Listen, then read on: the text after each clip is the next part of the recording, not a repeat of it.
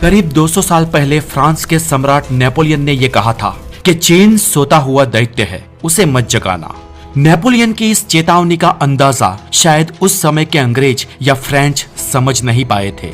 उनके मन चीन एक अलग ही दुनिया में बसा, अलुप्त, गुढ़, पुरातन और छान युग में जीने वाला एक अटूला साम्राज्य था। उस वक्त 200 साल पहले ब्रिटिशर्स और फ्रांस चीन के बारे में बस इतना जानते थे कि वहां पर ताजगीदायक चाय के छोर होते हैं। इससे ज्यादा वो कुछ जानना भी नहीं चाहते थे। लेकिन इतिहास के अभ्यासकर्ता नेपोलियन को ये पता था कि चीन ना सिर्फ एक साम्राज्य है बल्कि साम्राज्यवादी भी है, और भूतकाल में ये दैत्य अपने आसपास के सभी पड़ोसी देशों का भौगोलिक विस्तार खा चुका है।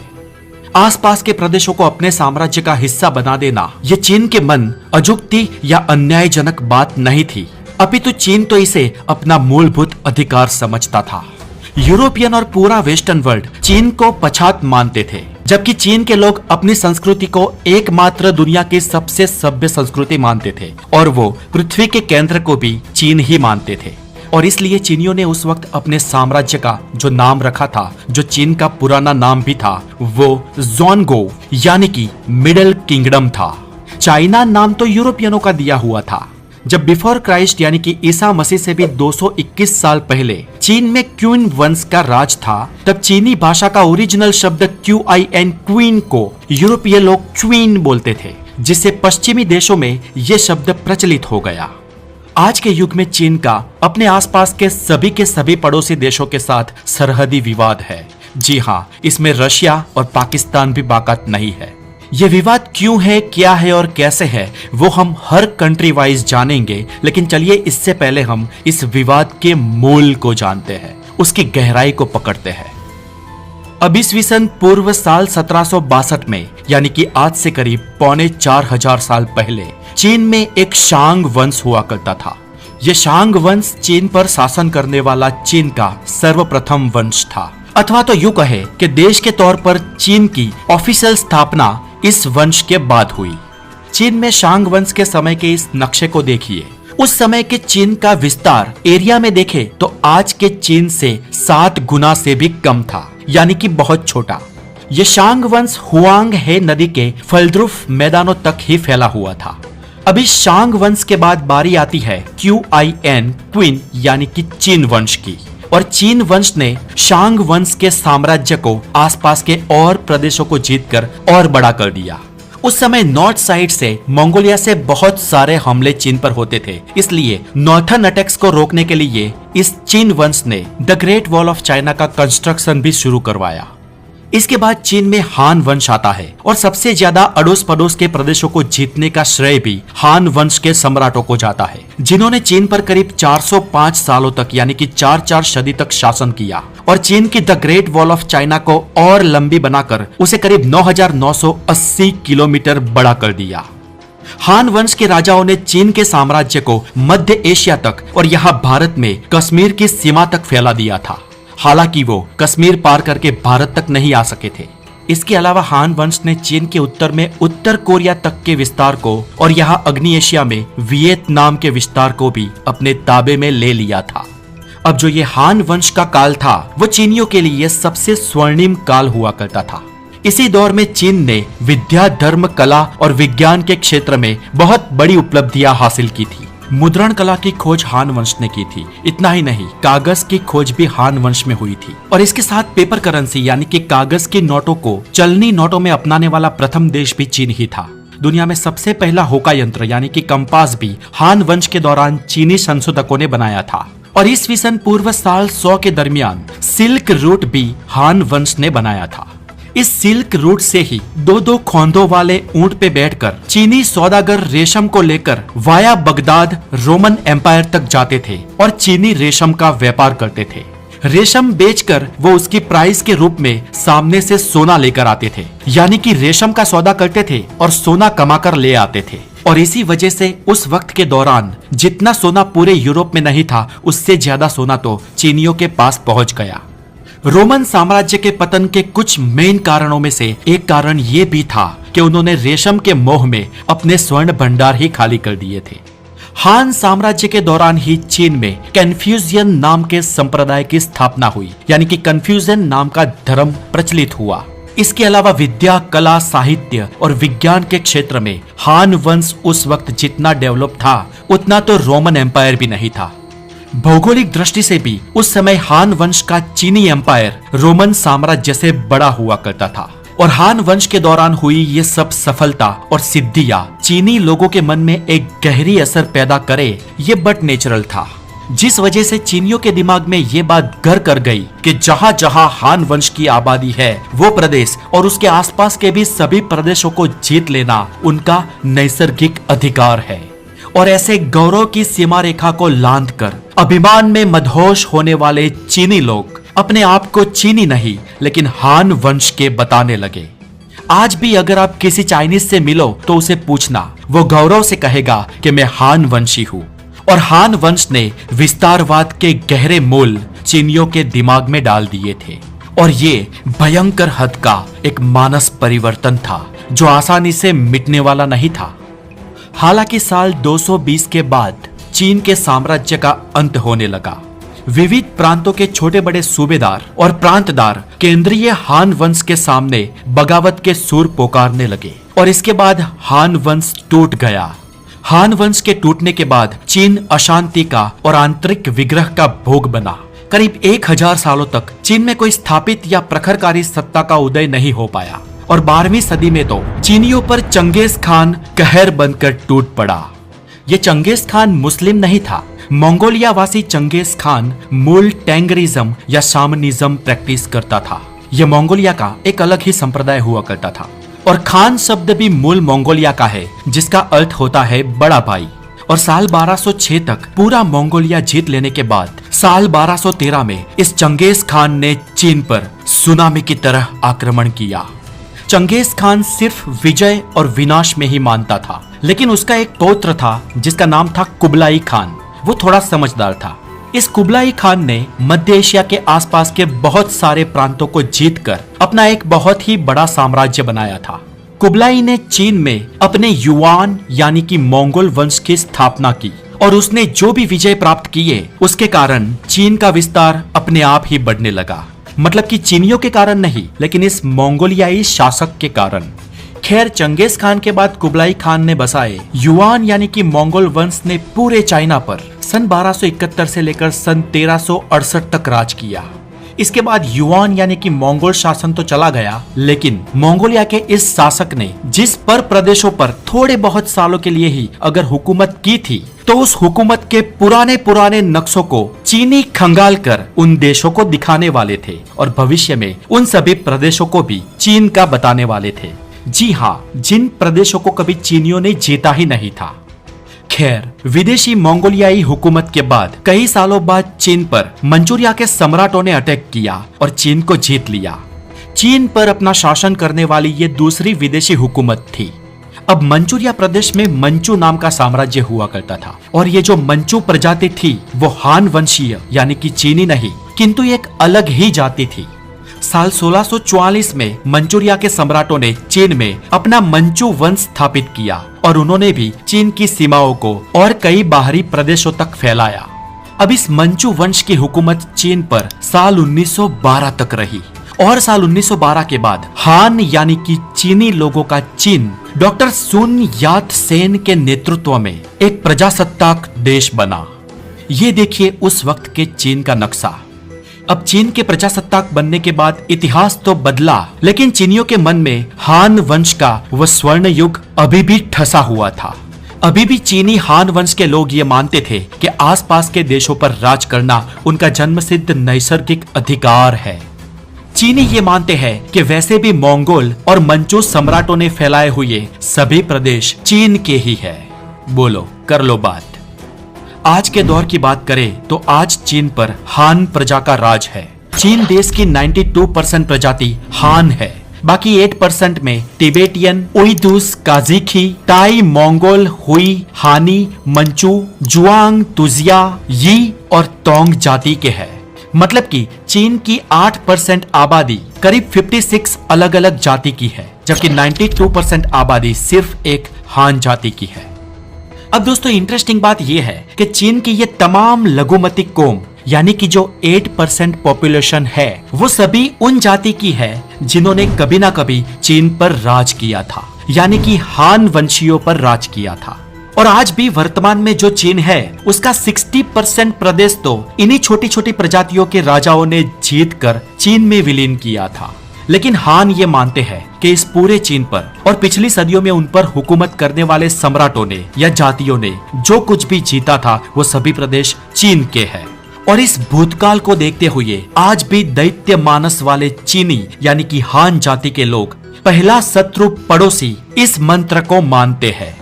हम इंडियन ये मानते हैं कि सबसे पहला रिश्तेदार या सबसे पहला मित्र पड़ोसी होता है, लेकिन चीन ये मानता है कि सबसे बड़ा शत्रु पड़ोसी होता है। आज दुनिया में सबसे ज्यादा जिसके पड़ोसी देश है यानी कि सबसे ज्यादा देशों के साथ जिसकी सरहद जुड़ती है वो देश चीन है।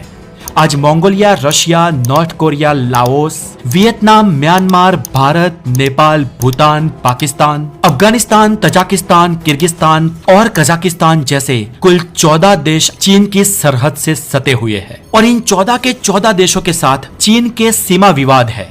और चीन ने आज ऐसे कुछ 24,000 किलोमीटर वाला सरहदी विस्तार विवाद का विषय बनाया हुआ है। पाकिस्तान जैसे मित्र देश को भी उसने इससे बाकात नहीं रखा है। पाकिस्तान के साथ भी चीन का सीमा विवाद है। इन 14 पड़ोसी देशों के अलावा दूसरे 8 देश ऐसे हैं जिनके साथ चीन का पानी का विवाद है, यानी कि चीन के साथ जिनका झगड़ा है ऐसे देश कुल 22 है।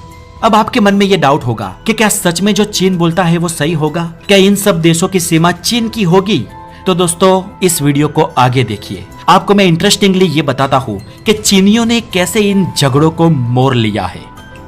अब दोस्तों चीन जिसे अपना बताता है वो पहला देश तो मंगोलिया है, जिसके साथ चीन सबसे बड़ी सरहद यानी कि 4,677 किलोमीटर लंबी बॉर्डर शेयर करता है। और चीन पूरे के पूरे मंगोलिया देश को अपनी ही जागीर मानता है। अब ऐसा क्यों? तो दोस्तों सुनोगे तो आप भी हंस पड़ोगे। बात यह है कि 13वीं सदी में चंगेज खान ने मंगोल से आकर चीन पर आक्रमण करके चीन को जीत लिया। उसके बाद जैसे मैंने आगे बताया उसके पौत्र कुबलाई ने पूरे चीन पर शासन किया और चीन में उसने अपने युआन मंगोल वंश की स्थापना की।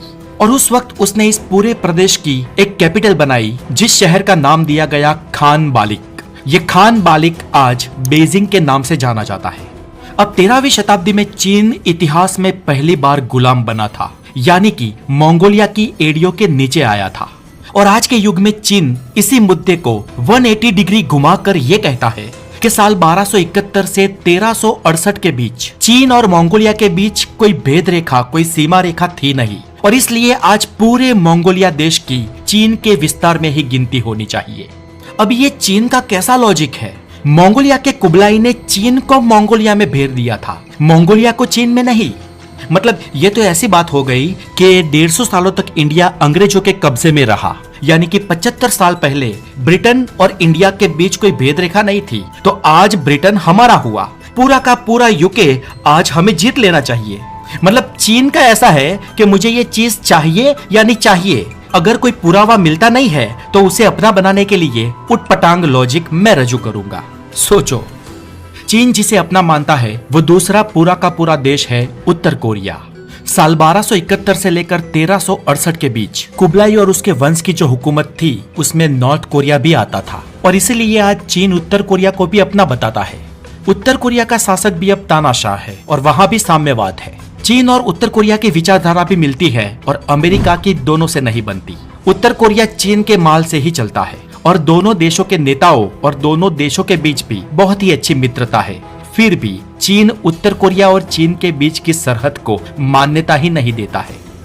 तीसरा देश है म्यांमार। पहले जो ब्रह्म देश के नाम से जाना जाता था, उस म्यांमार का चीन के साथ दोस्ती और दुश्मनी दोनों के संबंध है। दुश्मनी समझने के लिए फिर से वही कुबलाई का 1271 से 1368 वाला ये मैप देखिए, जहां कुबलाई के शासनकाल के दौरान ब्रह्मदेश का कुछ हिस्सा उसने जीत लिया था।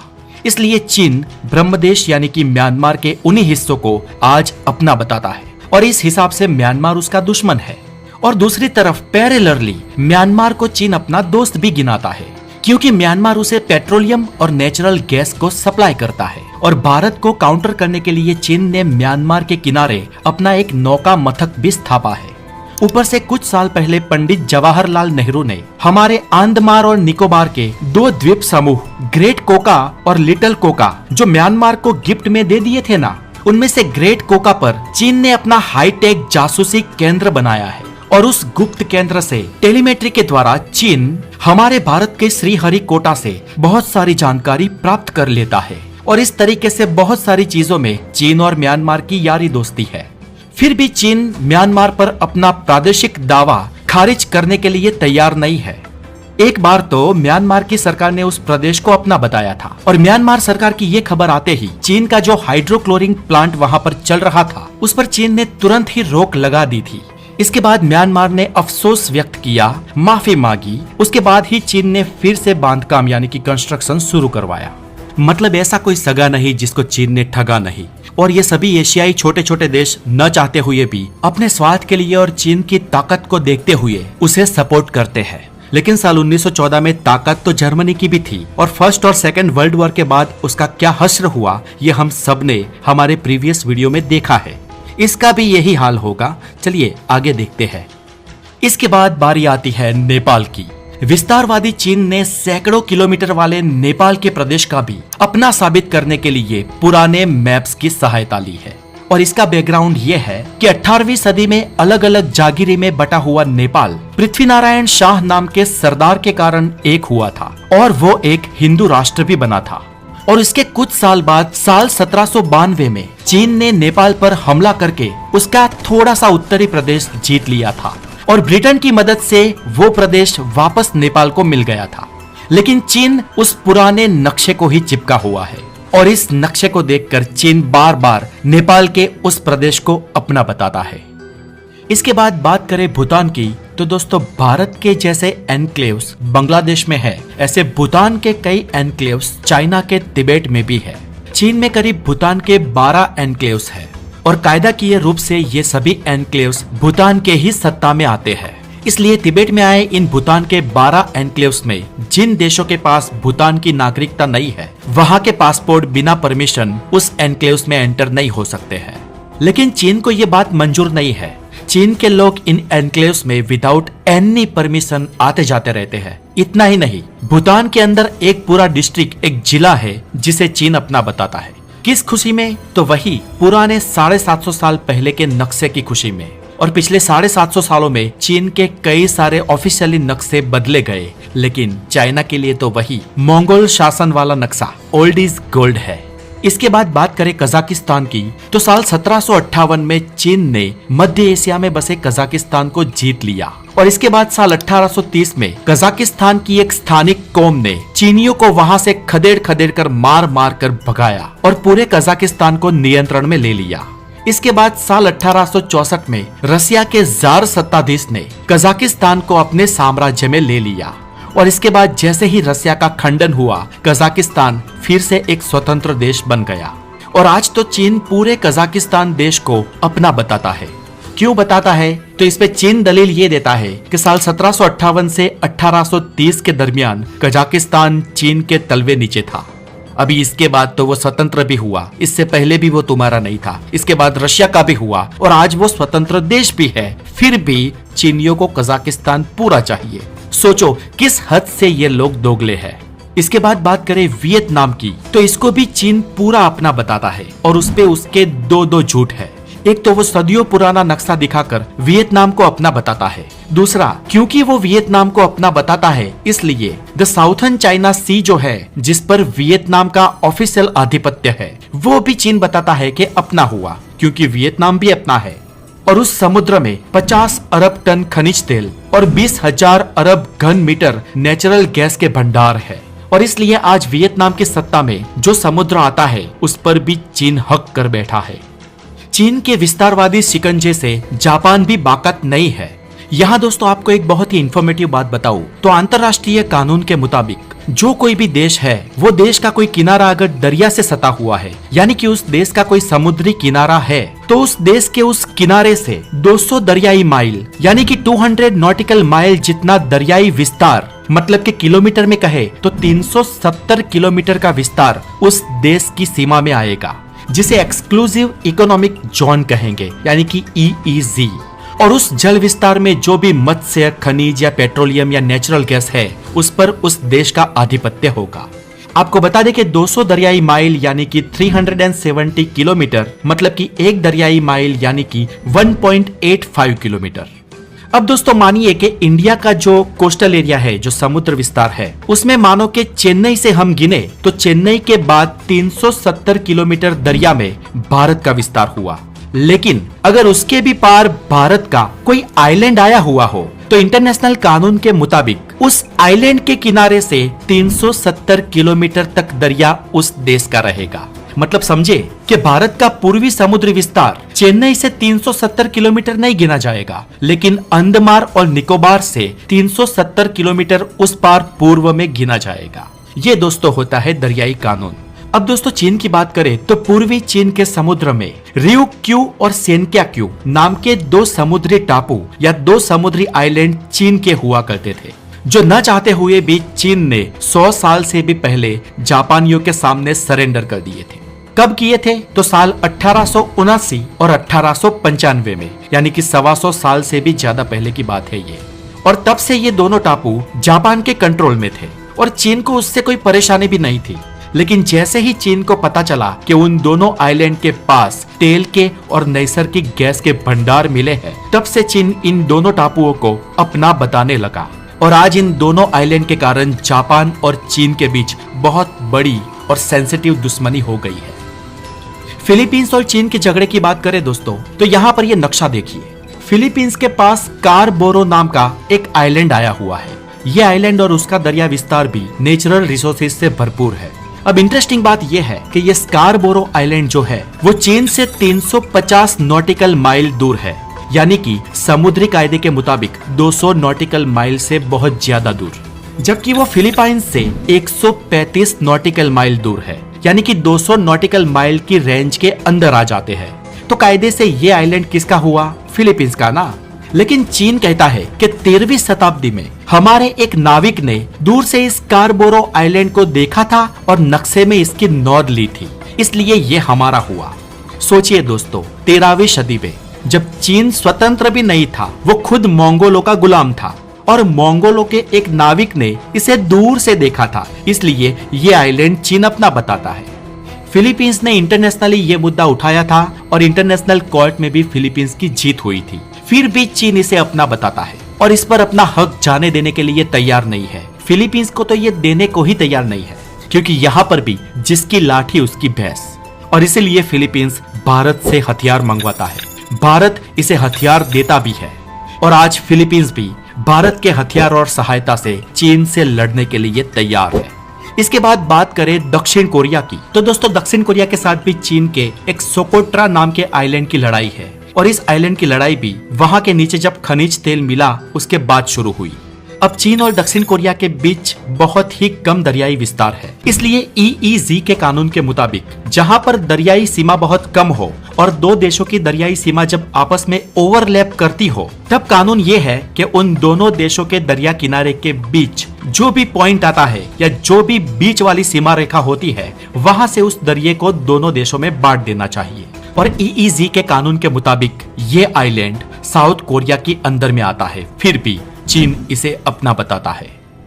हमारे भारत में पड़ोसी धर्म की व्यवस्था है, लेकिन चीन का पड़ोसी अधर्म सहने वाले जिन देशों की मैंने बात की, इनके अलावा Russia, Brunei, Malaysia, Tajikistan, Laos, Indonesia और भारत, पाकिस्तान जैसे कई सारे देश ऐसे हैं जिनके साथ चीन के समुद्री या जमीनी विवाद है। आज एक साथ 22 देशों के साथ चीन का झगड़ा है और सबसे गंभीर गुस्ताखी चीन ने नवंबर साल 2013 में की थी, जब चीन ने पूर्वी चाइनीज समुद्र को पूरा का पूरा अपना बना लिया और उसे अपना एयर डिफेंस आइडेंटिफिकेशन जोन जाहिर कर दिया और वहां से आने जाने के लिए किसी भी इंटरनेशनल एयरलाइंस को चीन की परमिशन लेनी आवश्यक है। और इसका मतलब ये हुआ कि ये पूरा समुद्र जैसे चीन के बाप का हो, कोई उसकी परमिशन के बिना वहां से आ जा भी नहीं सकता। और जापान के लिए तो ये बहुत ही बड़ी मानहानि है, क्योंकि इस समुद्र में जापान का भी हिस्सा है। और सेनकाकू आइलैंड पर जाने के लिए जापान को अगर चीनियों से परमिशन लेनी पड़े तो वो तो पूरा आइलैंड इसका मतलब चीन का हुआ। और अगर ऐसा हुआ तो 200 दरियाई माइल की जो सीमा रेखा इंटरनेशनल बॉडी ने बनाई है उसका मान भी कहाँ रहा। और चीन की ऐसी दावेदारी या दादागिरी ये बयां करती है कि अभिमान से चीना नहीं लेकिन हान के रूप में अपने आप को पहचानने वाले करीब 1.25 अरब हान वंशी चाइनीज अपने आसपास के देशों को और उनके भौगोलिक स्थानों को अपना बनाने का अपना नैसर्गिक अधिकार मानते हैं।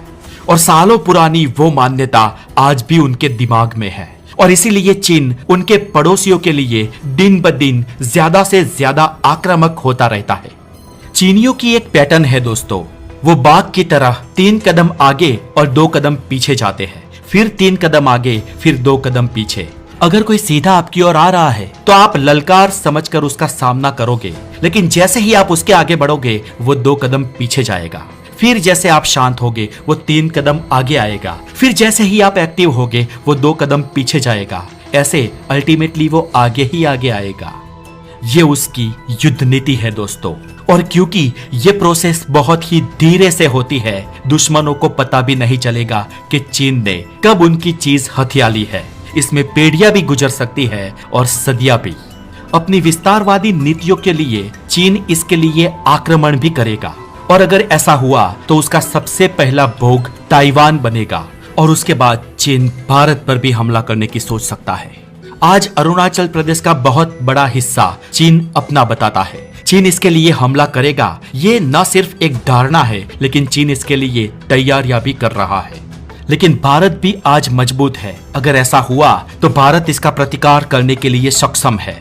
चीन और भारत की अगर कोई लड़ाई होती है तो हो सकता है कि रशिया न्यूट्रल रहे, लेकिन यूएस और वेस्टर्न फोर्सेस ये कभी नहीं चाहेगी कि भारत के भी कुछ विस्तार को हथिया कर चीन और बड़ा बन जाए, भारत और कमजोर बन जाए और पूरे एशिया में चीन एक महासत्ता बने। इसलिए हमारे पास भी कई सारे देश खड़े हो गए, लेकिन हमें मेंटली दूसरों के सपोर्ट के बिना लड़ने के लिए तैयार रहना पड़ेगा, क्योंकि अगर ये लड़ाई हुई तो ये लड़ाई हमारी खुद की होगी और इसे हमें हमारे तरीके से लड़ना होगा। क्योंकि एक सिटीजन, एक देशवासी के रूप में हमें इसके लिए हमेशा तैयार और प्रतिकार करने योग्य रहना चाहिए। अगर छोटा सा ताइवान चीन से डरता नहीं है तो हम क्यों डरे। पर इसके साथ एक बात याद रहे कि देश के किसी भी मुद्दे से ज्यादा देश की सुरक्षा भारत के लिए पहला मुद्दा होना चाहिए। लेकिन दोस्तों यही सबसे बड़ी समस्या है हमारे देश में कि देश की सुरक्षा के लिए कोई बात नहीं करता। सभी लोग और सभी मुद्दों की बात करते हैं, चुनावों की बात करते हैं, क्रिकेट की बात करते हैं और कोई भी मुद्दा होता है उसकी बात करते हैं, लेकिन कोई देश की सुरक्षा के बारे में नहीं सोचता, कोई भी उसकी सुरक्षा को लेकर बात नहीं करता। तो दोस्तों हमें इस बारे में सोचना होगा, हमें अपने देश की सुरक्षा के बारे में बहुत ही गहराई से सोचना होगा, रणनीति बनानी होगी, लोगों को इसके बारे में जागरूक होना पड़ेगा। तो दोस्तों आपको ये वीडियो कैसी लगी हमें कमेंट करके ज़रूर बताइएगा, और आप देश की सुरक्षा के बारे में अपनी क्या राय रखते हैं और आप इसके लिए क्या उपाय बताना चाहते हैं वो भी हमें आप कमेंट कर सकते हैं। और वीडियो अच्छी लगे तो लाइक करना और ऐसी वीडियो देखने के लिए चैनल को सब्सक्राइब कर लें। मिलते हैं एक अगली वीडियो में, तब तक के लिए धन्यवाद। जय हिंद, जय भारत।